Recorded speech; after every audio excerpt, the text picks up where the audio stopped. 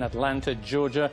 We've got time for some thoughts with Will Still, Raphael Honigstein and Mikel John Obi. First of all, Will, they finally beat Bayern Munich. It took them long enough. It took them long enough, but what a performance. I think even down to 9 men in the very last minutes, they're still pressing, they're still hitting the crossbar. It was a pretty special game. It was. And they are a pretty special team. I know your heart was with Bayern, but this is a PSG team that has now, in the last 5 or so weeks, faced Inter Milan, Atletico Madrid and Bayern Munich, and scored 11 goals and conceded just 1. Yeah, conceded none. None whatsoever. Yeah, super resilient. I mean, today they weren't quite their best, which I think had a lot to do with Bayern, keeping them rather, I don't want to say ordinary, but keeping them quiet for large spells. But they found a way of winning, and that's the mark of true champions.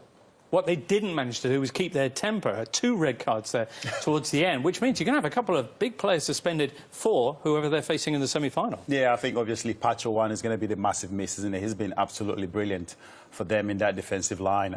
They're going to absolutely miss him, but yeah, brilliant win. The game had everything, frantic end to the game as well, you know, with red cards and, of course, Dembele coming on and getting a goal as well. So, yeah, fantastic game for PSG, I think. Oh, Miguel, I know you enjoyed the goal which broke the deadlock. So why don't you talk us through it? And the role that Harry Kane plays in it as well.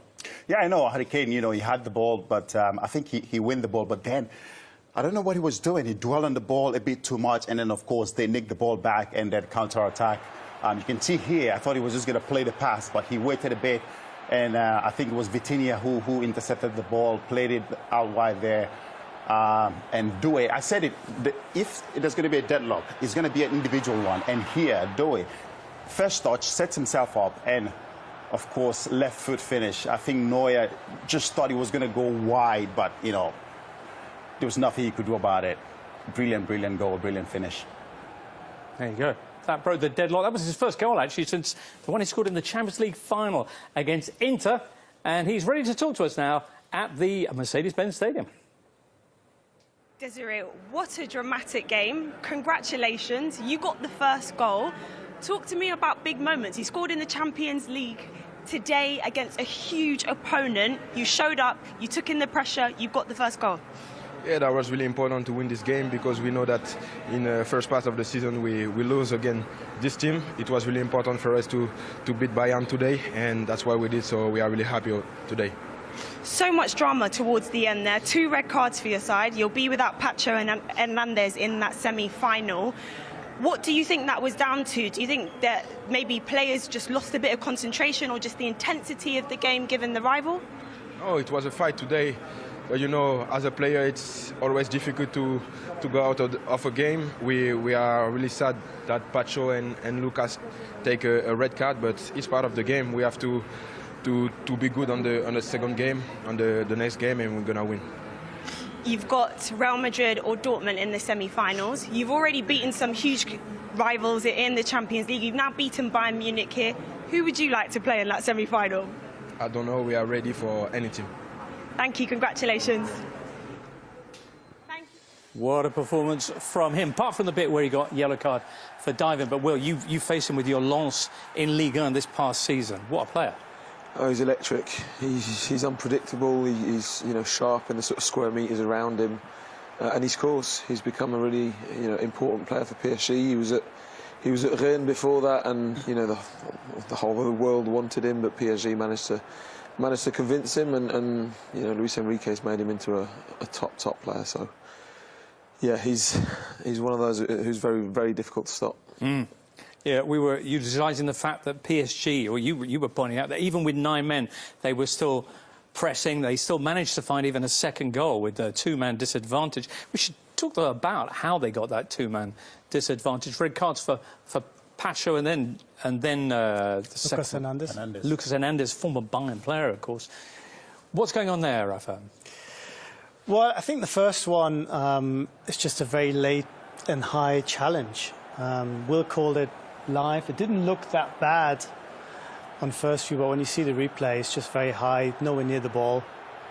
And he's just late. I think he's trying to play the ball, but he's late on it and catches him badly. But the second one is a bit different. I'm not quite sure what he's doing, why he's trying to do that there at that point in the game. The second one, me. yeah, there he got the ball, and you know, He's trying to go inside and then just fling this elbow. For me, is it... I don't think he tries to catch it. To warrant a red card for me? I look at it, I think yellow card at least for me, probably. But, of course, Anthony Taylor decided to go with the red card. Which didn't affect the outcome of this game, as it turned out, but could have a massive bearing on what happens in the semi-final against whoever it is they're playing. They still managed to get the second goal, though, with Ousmane Dembele, who'd come on. He had a couple of pops before this. Yeah, he did. I mean, best player for me so far this season. I think he's going to win the Ballon d'Or. There's no question about it. Here, Vitinha again. I think he's been the absolute incentive of everything that happens for this PSG side. Here, he hit the woodwork here, Dembele. And I think the ball was just ricocheting. You know, Bayern were trying to defend. But I think here, fantastic piece of play from Hakimi, and then just squared it back for Dembele. And what a finish with his right foot. Fantastic goal. Beautiful finish to beat Manuel Neuer, who's been in outstanding form so far in this game, in this tournament, indeed. Mentioned before the game the campaign to get Luis Enrique enjoying that result. There you go. Should he get the Ballon d'Or? Yes, says Dara Lee. And Dara Lee, not the only one. Well, so have you seen a better player this season than Dembele? I think he said it himself. You know, he's going to be right up there. And having played against him, he scored against us. Sadly enough, he is incroyable, as Rui Costa says. But I think that second goal sums PSG up, because you know we were watching the game together, and it was like we were sort of screaming at Hakimi, go in the corner, just keep it, run the clock down. Rafa wasn't. And, well, yeah. But no, you know they want to keep playing, they want to keep scoring, and they did, and yeah, it's very good. That said, a lot of that second half, it was Bayern who had the chances. It was Bayern who seemed to be winning the second balls and exerting the most pressure. So what happened? Well, they started actually really badly in the first 10 minutes. They looked really rattled. Tar gave the ball away. There was that huge chance for Barcola. But then Bayern kind of asserted themselves. I don't think by necessarily doing anything different, but they just were a little bit sharper. They won the second balls. They won a few tackles.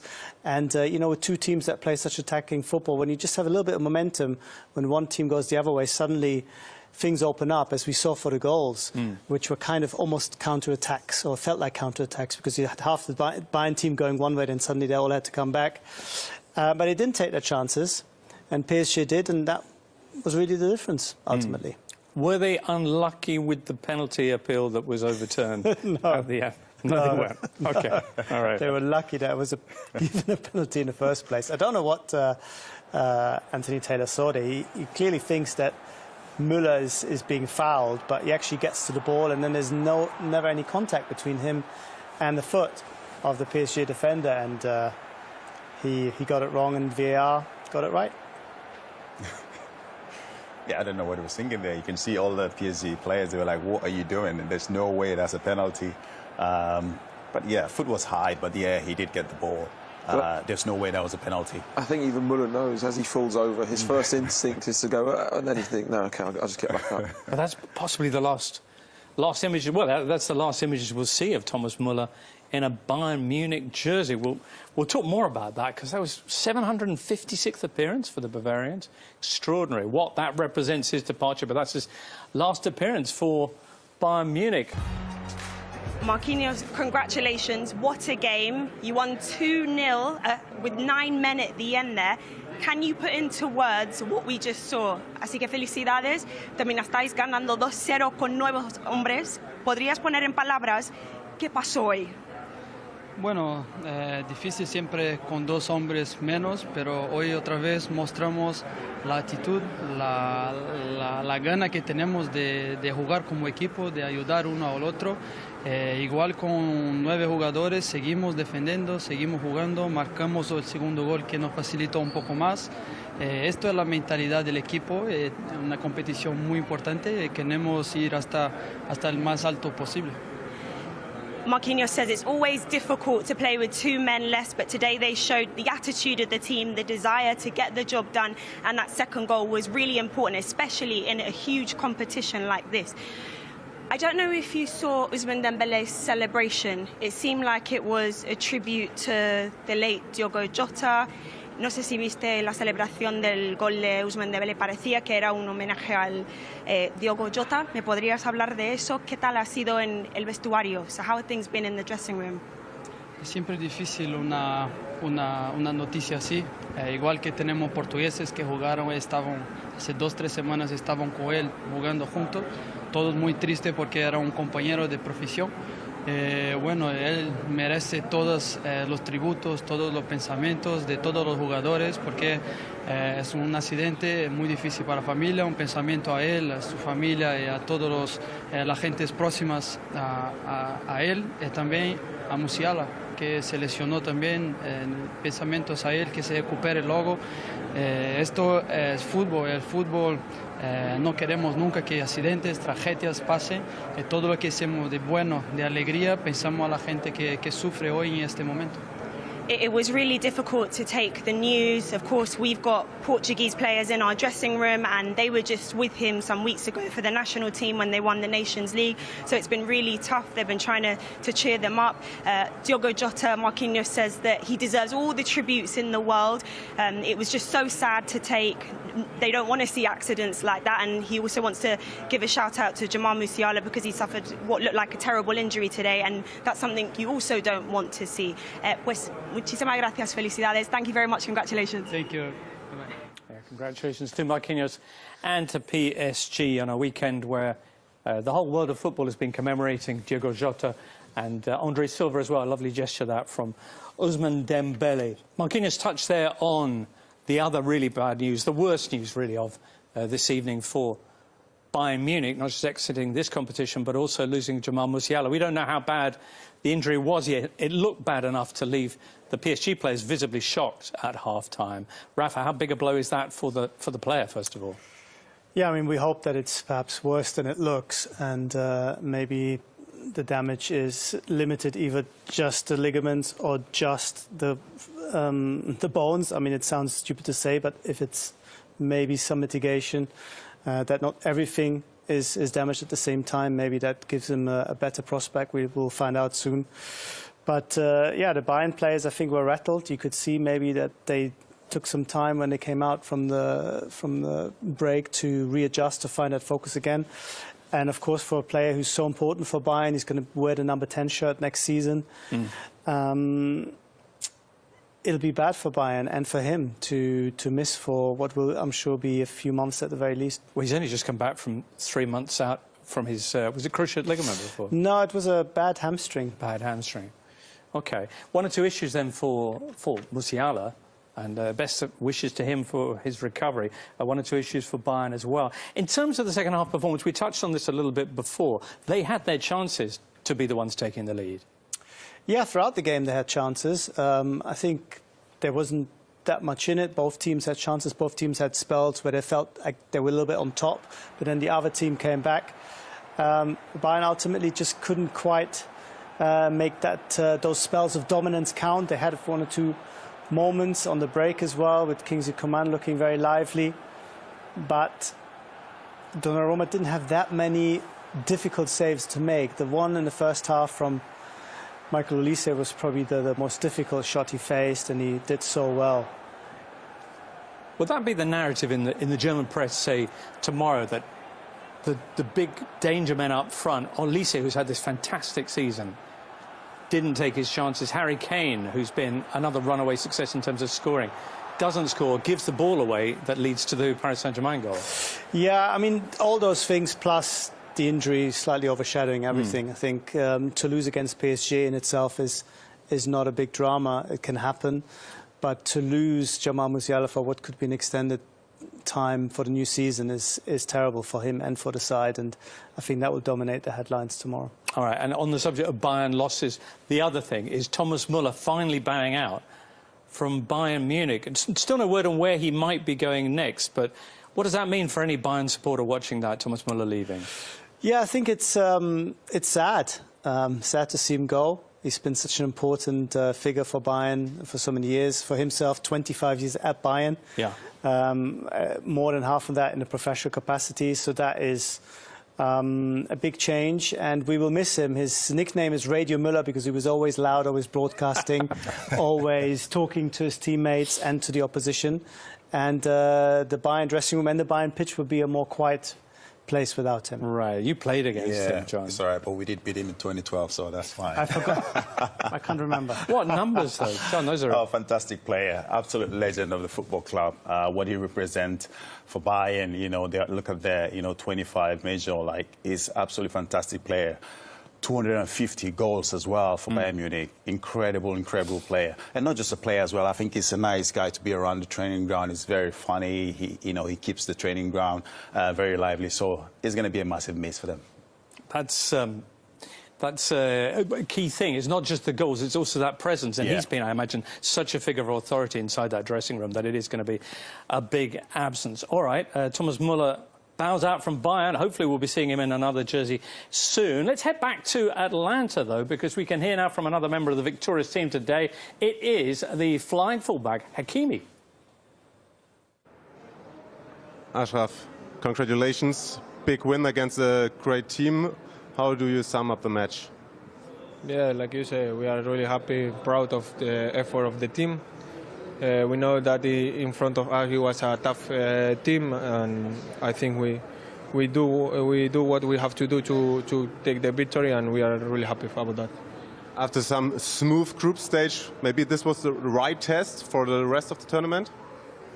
Yeah, I think it was one of the straight or directly rival that we can have in the competition, and we know that it's one of the teams that they play similar like us, and we know, like I say, it's a straight rival. But I think we do a really good effort today and a really good game, and we take the victory. Check the clock. Another match is not underway. Real or Dortmund? What do you prefer? I think it's not really important. That I think we have to be focusing us. Who is coming in our way? We want to try to be ready for them and try to win. Messi. I just want to say, like, for Musiala, I think it was something very important today for him, and I think I want to give my support for him, and I hope he is going back soon and we see him in the pitch soon. Appreciate it. A clash of European giants, 2 red cards, a heartbreaking injury, and a football legend plays his final game. Paris Saint-Germain edge Bayern Munich in chaos-filled fashion to book their place in the Club World Cup semi-finals. Let's break it down. This is Sport Lab. Paris Saint-Germain have done it again. Goals from Zaïre-Emery and Ousmane Dembele sealed a dramatic 2-0 win over Bayern Munich in Atlanta. Doué, PSG's Champions League final hero, curled in a stunning opener in the 78th minute. Despite going down to 9 men, Dembele added a second deep into injury time, sending PSG into the semi-finals, where they'll face Real Madrid or Borussia Dortmund. But the result was overshadowed by a devastating moment. Jamal Musiala, making his first start of the tournament, suffered a serious ankle injury late in the first half. The Bayern star was chasing a loose ball when he was caught by PSG keeper Gianluigi Donnarumma. Musiala immediately clutched his left ankle in pain. Donnarumma, clearly shaken, looked away as medics rushed in. No card was given, but the damage looked significant. Bayern, and Germany, will be holding their breath. The second half exploded. PSG's Willian Pacho was sent off in the 82nd minute for a dangerous lunge on Leon Goretzka, a straight red. Then in stoppage time, Lucas Hernandez joined him after catching Rafael Guerreiro with a high boot. With just 9 players, PSG were holding on for dear life, and yet somehow still managed to extend their lead. Bayern had their chances. Dayot Upamecano had a goal ruled out for offside. Harry Kane, quiet for most of the match, thought he'd scored, but again the flag went up. And just before full time, VAR overturned a penalty awarded to Bayern for a high challenge by Nuno Mendes on Thomas Müller. Referee Anthony Taylor changed his call after a pitchside review. One final emotional twist, Thomas Müller came on for the final 10 minutes, marking the end of an era. At 35 years old, this was his final match for Bayern Munich, closing the curtain on a glittering 17-year career at the club. A legend bows out, but PSG march on. Injuries, red cards, controversy, and one step closer to global glory. PSG face either Real Madrid or Dortmund in what could be a Club World Cup classic.